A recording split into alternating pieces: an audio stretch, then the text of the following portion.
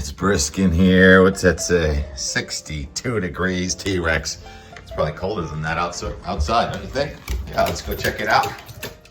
It helps to have a nice white furry coat on a morning like this. It's 8:24 a.m. on Friday, October 10th. The T-Rex quadruple hop. It's a bonus because we're going into a weekend and the weather looks great. Steve, are you going to be joining us? Now, before I check that thermometer right there, I want to come over here. We had the air moving around a little bit, and that water temperature right there is 62 degrees, coincidentally the same as inside the house.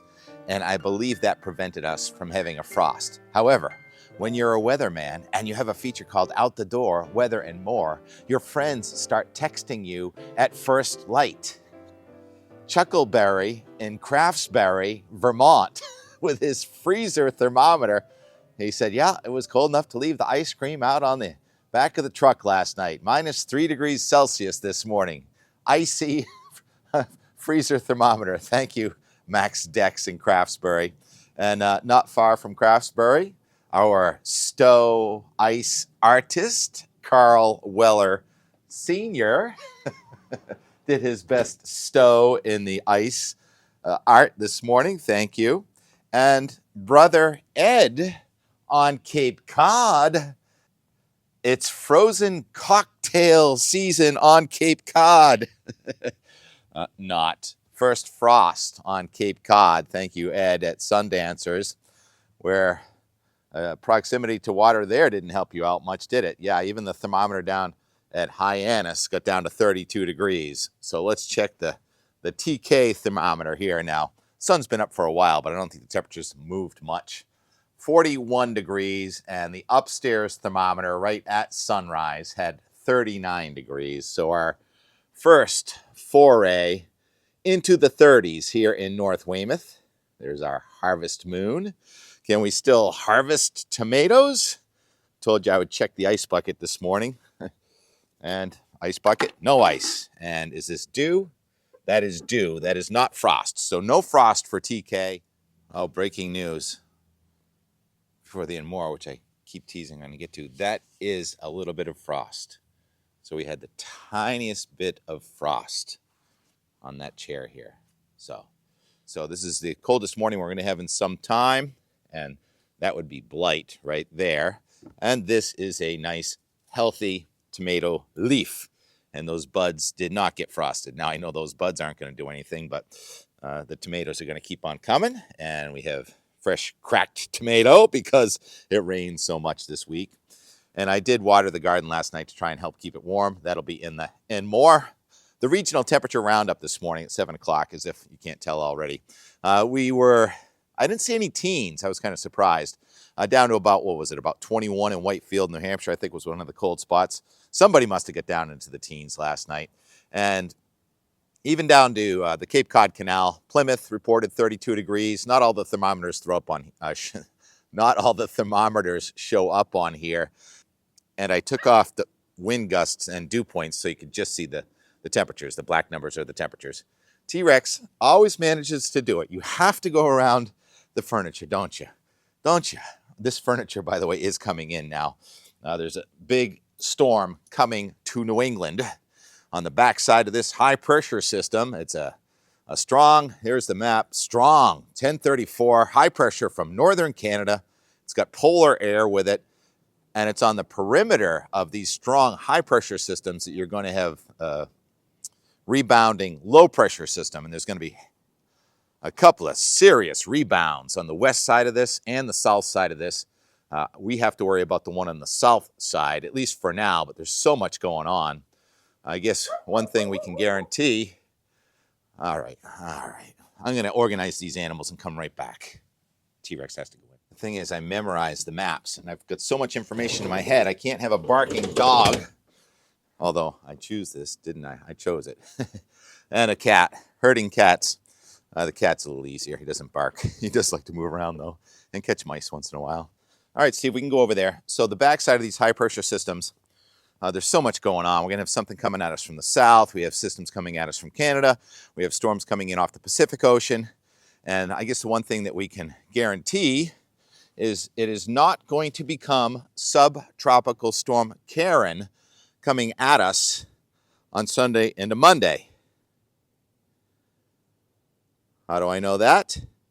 Because Karen was named yesterday by the National Hurricane Center subtropical storm Karen, 45 degrees north latitude, same latitude as Newfoundland, Canada, over 64-degree water, a tiny swirl that would not have been named before the satellite era. It would have been just a low-pressure system there to the southwest of the United Kingdom, and it's not long for this world. It had about 45-mile-an-hour winds, and it's going to be decaying or going post-tropical, so it gets a name. And so that means that we do not get subtropical storm Karen forming on the east coast tomorrow. We may get subtropical storm Lorenzo, though. That's the next name. The L would be the 12th named storm. And it would be interesting if this storm coming off North Carolina, where the water temperature is closer to 80 degrees, does or does not get a name. But it's looking a little bit more tame today in the guidance than previous days. And I used the Nashua, New Hampshire meteogram. Let's look at that because it's kind of representative for New England, and it no longer shows a 5-day nor'easter, although the Euro has been going back and forth on that. It does show the rain coming in, clouds thickening tomorrow, temperature gets back to 60 after being in the 50s yesterday and today. And then the temperature comes back down on Sunday with rain developing. And then the temperature and the dew point are going to come together in the 50s. It looks like cooler than the water temperature because there's cold air mass coming at us, another one coming at us on Monday. And the rain's off and on Monday into Tuesday. And then the temperature, yesterday I mistakenly said temperature spikes into the 70s, but it's actually spiking into the 60s on Wednesday, maybe. It's very maybe after Wednesday because there are just so many things that are going to be going on. There's very little confidence on what happens after the storm kind of eases out here Tuesday, and it tries to bring another front in here on Wednesday night, and Thursday looks really windy. And importantly there, watch the blue line on Thursday into Friday going back down into the 20s. That indicates very cold air coming back, not necessarily dry. There's going to be another front, and whether a storm forms on that front close to New England or far from New England is a huge question. How do we answer that question? Have we done enough? Have we looked at the radar? The radar is pretty telling here. The radar shows a system coming into California. That's going to play a role in next week's weather in one way or another. You have a swirl from north of Lake Superior with at least echoes of precipitation coming down to the west side of the Mississippi River. And then you've got the bundling energy off of Florida up along the coast in Georgia. That is the beginning of the storm that's going to come north. Initially, it's just sort of onshore flow with a warm front, but it's going to evolve with cyclogenesis. That stuff off of Florida comes north at us, and I didn't even look at this, but here's the map tomorrow morning. It probably shows a low-pressure system just east of Georgia and a trough coming up the east coast as our high-pressure system moves to the east and away. But you see probably, hopefully, another low over Lake Huron and or even closer, more like Lake Erie or Ontario, with another cold front coming at us from Ontario. And so the parts are coming at us from the northwest and from the south. We talk about how New England has the most fascinating weather. And, I didn't even talk about Jerry. Let's look at Jerry a little bit. Jerry is just disorganized, poorly forecast in intensity. And we've done a pretty good job with the tracks this year, but we have not done a good job with the intensity. The Jerry curl no longer includes hurricane formation. It weakened yesterday to a 50-mile-an-hour storm, and now is expected to remain a tropical storm, not a hurricane, as it curls to the east of Bermuda. And it may shed a little bit of energy to its northwest, or at least part of the old front that stalled out there. And when this storm comes at us on Saturday night and Sunday, there's going to be air coming at us from the west and north, from the south and the east, and from surface flow from the northeast. So why don't we cut to the chase and show my favorite part, the Euro from Pivotal Weather. It has been just going back and forth on how everything's going to evolve. I want to show you the initialization here. This is the 2 a.m. Friday, October 10th, initialization of the guidance. And I'm going to start with this 540 cutoff coming across Lake Superior to Lake Huron and a surface low. That is a sort of wayward, early season polar vortex. Not really that polar, but a cool pool from near the North Pole that is going to play a role in steering and fueling our storm that is developing off to the south of North Carolina at this point. There's the south of North Carolina. And also on the west coast, there's another big upper level low coming in. It's going to snow in the mountains of California this weekend. Remember, those mountains go up to 10,000 feet. And we are going to get just rain. And next week, the odds for snow have really decreased. Anyhow, let's put that in motion. Oh, wait, Steve just ran for something. What is it, Steve? Are we okay? Put this in motion, and now we're going through today, and our high pressure system is moving offshore, and you've got that swirl coming across near Toronto, and that's upper level low. It's got some surface energy, and it's cool air, which if this storm becomes subtropical, this wouldn't help that storm. But if it remains a cold core storm, this would enhance it. But instead, as this evolves, the pressure on the low coming at us is no longer going below 1,000 millibars. So that is good news if you're trying to avoid storm force winds at the ocean. So I'm going to stick with what we said yesterday, 40 mile an hour winds at the ocean sustained from about Cape Cod all the way to North Carolina. Our high pressure system is still a 1032 high, but the low pressure is now more like 1,002 millibars instead of down in the mid 990s like it had yesterday. So it looks like a nor'easter for us on Monday, and now on Tuesday it's easing south, and we have another front coming across with snow in Montana, winter storm warning in Montana, and it looked like that was going to evolve into a blizzard for the northern plains, but instead now that is lifting to the north very quickly, trying to pull warmer air across the middle of the nation. And we've had that other upper level low come in off California, and our low has sunk south. And all of a sudden on Wednesday, it does not look that bad. But see all those blue lines to our north? Another pretty serious cold air mass, colder than this one, is going to be going across eastern Canada and pushing south into New England on Wednesday night and Thursday. Here's the 540 line. There's a storm way off to the right there, and we get clipped by some precipitation Maine to Cape Cod, but the Euro here does not show snow. I could show you the Canadian, but we don't have time for all that. The Canadian model is a much stronger system, and it has us in a 5-day nor'easter. Instead, this brings us just another cold shot on Thursday without much precipitation, and the confidence in this is very low. I mean, this is going to be wrong. I'm almost certain about that.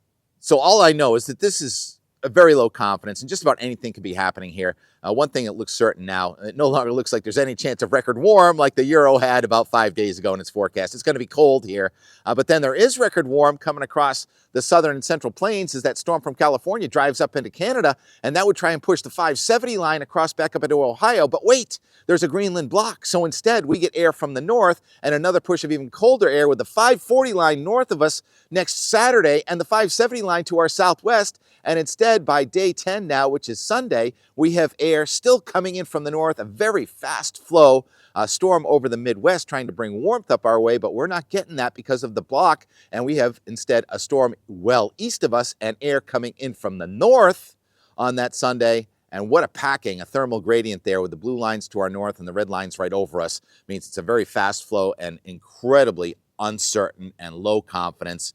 Yesterday, all right, so that's day 10. So I guess I'm done pontificating about that.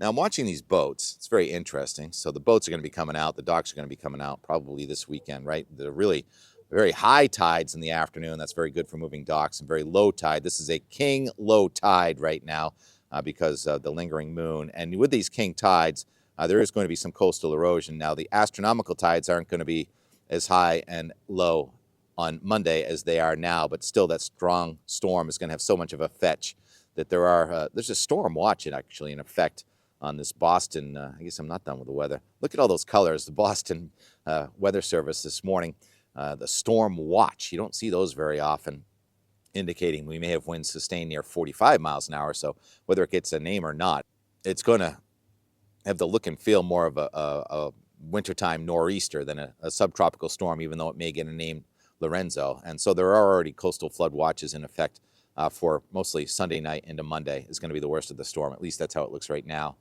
And so if you're trying to get your boats out, today and tomorrow is the best day. Are you guys going to be trying to move those docks this weekend? Tomorrow, definitely the best day for that, with the tides and such. High tide in the early afternoon. All right, what else was I going to talk about? Oh, I was just lost track. Oh, yes, the stakes on how this pattern could play out. There was one run of the Euro about 4 or 5 days ago that had a 966 millibar low pressure system over Lake Superior next weekend. And then there was one run of the GFS yesterday that had a 967 millibar low over Cape Cod next Saturday. Neither of those solutions are happening right now, but that kind of option, perhaps not down to the 960s, but something big could evolve from all these moving parts focused at New England next weekend. So we know we're going to get a storm on Sunday and Monday. We don't know if we're going to get another snowstorm late in the week. Snow, I can't get that word. Another storm out of this pattern late in the week that may or may not have some snow. But the guidance, most of the guidance, except for the Canadian model, has no formidable snow in New England. I just want to make that clear because everyone can tell that I'm kind of a snow hound. I do want to go skiing, but I also want to harvest more tomatoes. All right. Yesterday's weather today, tanker going by, going to Lowe's for a bug zapper and saying, wow, the season's going by too fast.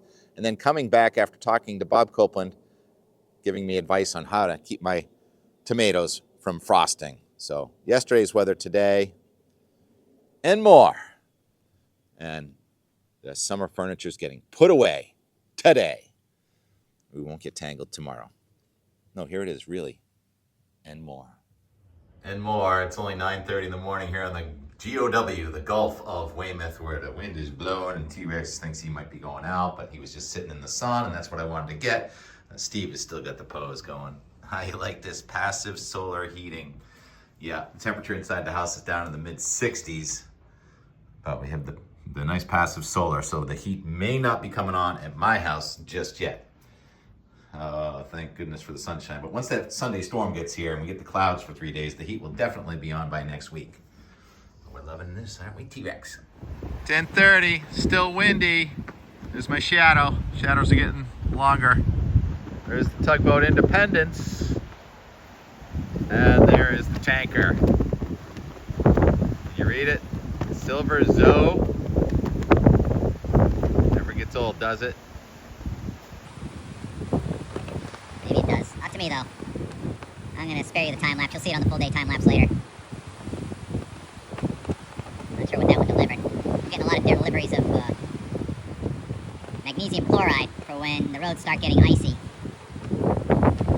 Road treatment for the snow removal crews, but can't tell. I don't think that's one. Looks more like a container of fossil fuels. Can't tell though, there's a winch right up on top. So maybe it is a bulk container. Probably just Google Silver Zoe. I just Googled it. It is chemical oil tanker, yes, and it is due in Houston, Texas on October 16th. Will it be snowing here while you're refueling in Houston? Come on back. Winter is coming. Rex even joined us for a little siesta. I think it's time for a nap. Look at Steve stretching it out. The hope is that the air keeps on moving tonight so I don't get a frost. It's very strong high pressure system. Subsidence sinking air makes the sky blue. Reflection of the sky makes the water blue. So amidst noshing on Steve's fur while he waits for his turn at the trough. That was kind of gross. And T-Rex just says, take me outside. We haven't been for a walk yet today. He gets very excited when we get to go for a walk. It's almost difficult to put the leash on because he's Tyrannosaurus Rex. The leash on, and then he turns into this alpha dog because he knows he's cuter than me and can get away with more.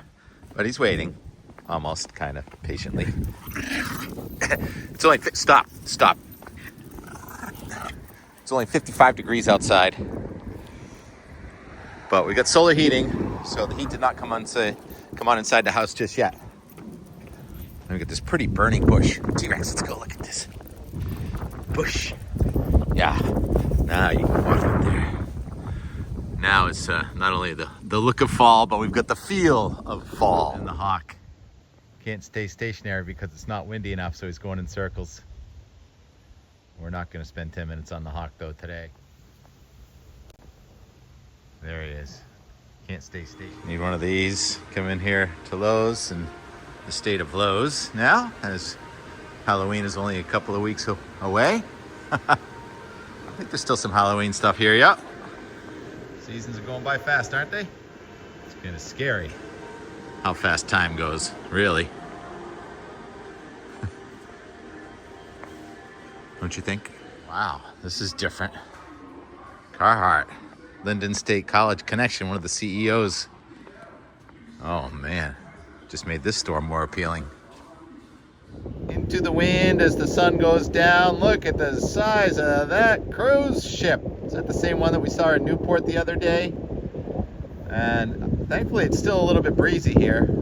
The sailor just brought down the mainsail, going to port as the sun heads for the horizon. Will we have a frost? There is a frost advisory in effect, but I don't want to lose my tomatoes. I was just talking on the phone with Cope. He says, put a big blanket over them.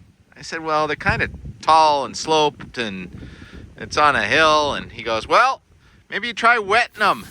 That's right, we can water them. Can't we water them? Come on, I can do better than that.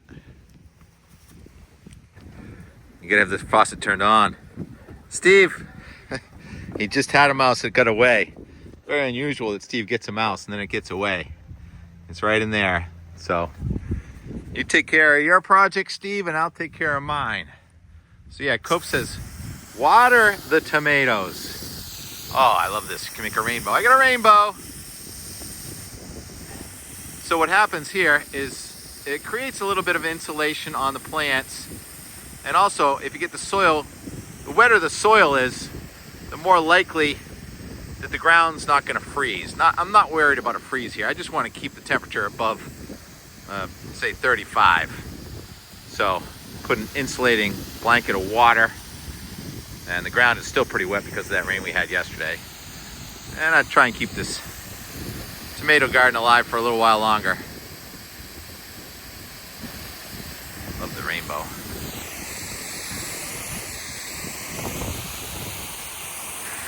Well, in order to have a rainbow, you got to be in the shadow. You got to have a shadow. I was trying to get away from the shadow, the rainbow. That's not how it works. There it is.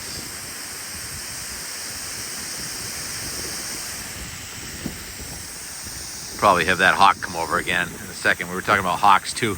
Cope told me a story about this hawk that was in a crotch of a tree between two branches, and it was about to attack his bird feeder, and he made a perfect snowball, and he took the hawk out with a snowball. Funny story, Cope. Always love talking to you. He said he's never had so many sunny days in his 25 years, summer sunny days, 25 years he's lived in Littleton, New Hampshire. Here's the Copeland cam, Bob Copeland art. Hopefully the cam's up because he says it was the worst foliage season he can remember. He says the maples lit up yellow and red for a day, and then they fell, and the beeches and the other birches, they went from muted yellow to leaves falling. So they really did not have much of a foliage season in Littleton, New Hampshire. But I think further south, where we had more rain, we are going to have a pretty good foliage season because we've had enough water, and you can see our trees here still have a lot of leaves and they're still green, depending on how much wind we get this weekend and next week, mostly Sunday through next Thursday. And rainbows. And let's have a time lapse of the day. What kind of time lapse do you get when it was just sunny all day long? Blue sky is the kind of time lapse you get. And the flag pretty much almost straight out almost all day long. As the sun hits the horizon now, just about 6:15. Yeah, that flag right there. And I know I talk about it a lot, that there is a flagpole on Cape Cod without a flag on it. So many things to work on. Next summer there'll be a flag there. Set your expectations low. Cape Cod time lapse, yeah. Maybe some ocean effect clouds. I think those were mostly to our east, toward Chatham. And Jeff Mers in South Dennis says he had 0.7 inches of rain. So we had about the same amount of rain in Weymouth as we did in Dennis. So I leave you with this rainbow and my tomatoes. And gulls are up there. I don't see any hawks. And hopefully I'll still have some tomatoes for Halloween. And indoors for Thanksgiving. All right. Very good. Thanks for watching. Talk to you tomorrow.